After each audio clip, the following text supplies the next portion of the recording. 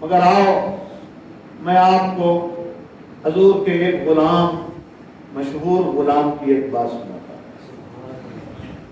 جس کا نام گرامی ہے بلال حبشی۔ غریب خاندان کا ایک فرد، امیہ بن خلف جو مکے کا بہت بڑا رئیس تھا، جابر شخص تھا، جناب حضرت بلال حبشی رضی اللہ تعالیٰ عنہ پر ظلم کر رہا تھا کہ اسی راستے سے جناب صدیق اکبر کا گزر ہو۔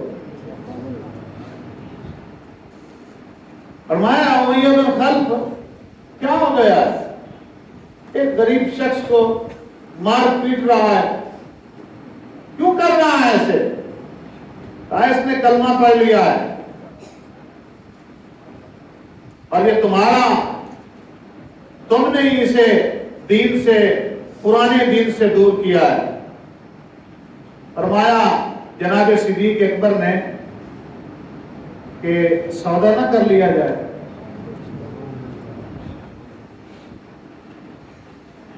تو آپ کیا سودا کرو؟ کہ میرے پاس ایک گورا غلام ہے، یہ تو کالا ہے، گورا غلام، اس غلام کے بدلے غلام لے لے اور جو تو منہ مانگی قیمت کہے گا وہ بھی دینے کے لیے۔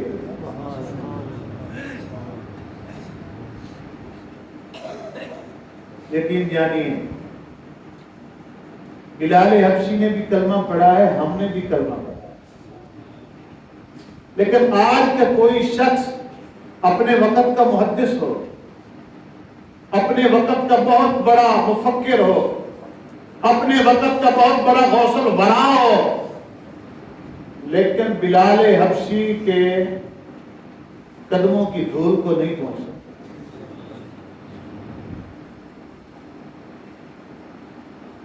اس نے تکلیفیں برداشت کی، ہاں کلمہ چھوڑ دو، کچھ نہیں کہیں گے، مگر بلال کہتے کیا تھے؟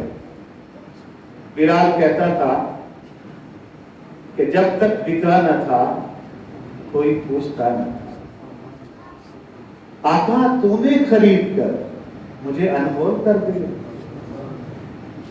کون بلال کی بات کرتا؟ آج ہر گھر میں بلال ہے، محلہ میں بلال ہے، کون بلال کا نام رکھتا؟ یہ سارا حضور سے محبت اور پیار کا ذریعہ ہے، مگر بلال نے تکلیفیں برداشت کی، کلمے کو نہیں چھوڑا۔ میں آپ سے پوچھتا ہوں، ہمیں کوئی آدمی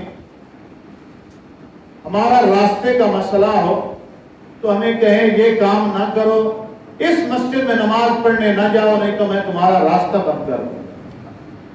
میں تو کبھی گمان کرتا ہوں ہم اسی مسجد میں نماز پڑھنے جائیں گے، لیکن ہم کہیں گے ہمارا راستہ بند ہے۔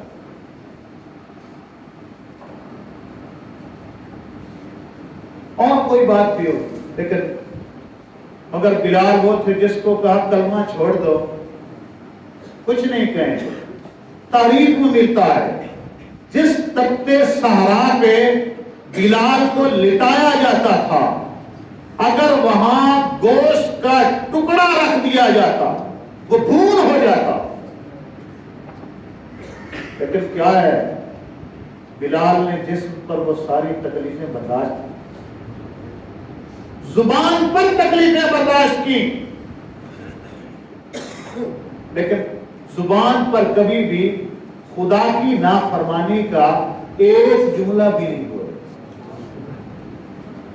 معاذ اللہ ثم معاذ اللہ، ہمارے گھروں میں کوئی دکھ آ جائے، کوئی مرگ ہو جائے، بڑے بڑے سمجھدار، ذی شعور، فہم والے، ادراک والے، بصیرت والے، عقل والے، ان کی زبانوں پر بھی خدا کی ناراضگی کے الفاظ نکل آتے ہیں، مگر بلال تیری جرأت کو سلام، سب کچھ برداشت کیا، کبھی ایک نہیں بلال کہتے کیا تھے؟ احد احد احد، تو ایک ہے، تو ایک ہے۔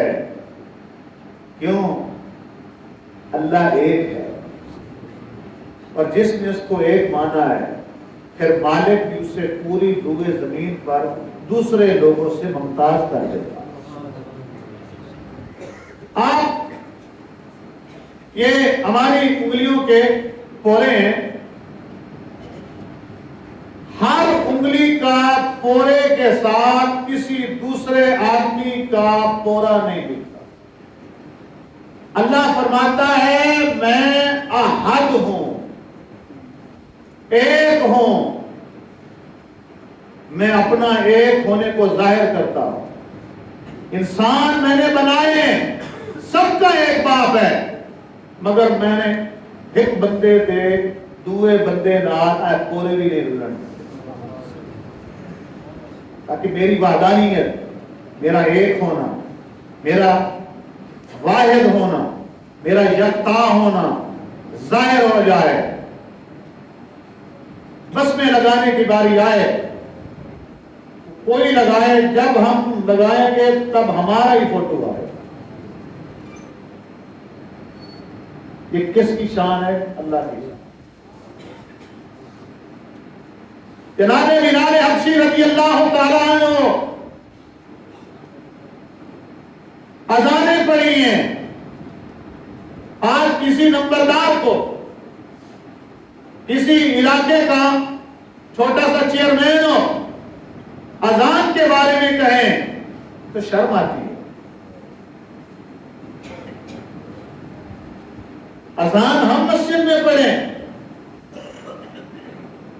کہ حضور فرمایا سید المؤذنین جو ہے وہ بلال حبشی، مؤذنوں کا سردار بلال ہے۔ اور تمہارے اور میرے نبی علیہ الصلوۃ والسلام نے فرمایا میں جب معراج کی رات سفر میں تھا مجھے قدموں کی آہٹ سنائی دی، میں واپس آیا، میں نے کہا بلال تم کون سا وظیفہ کرتے ہو؟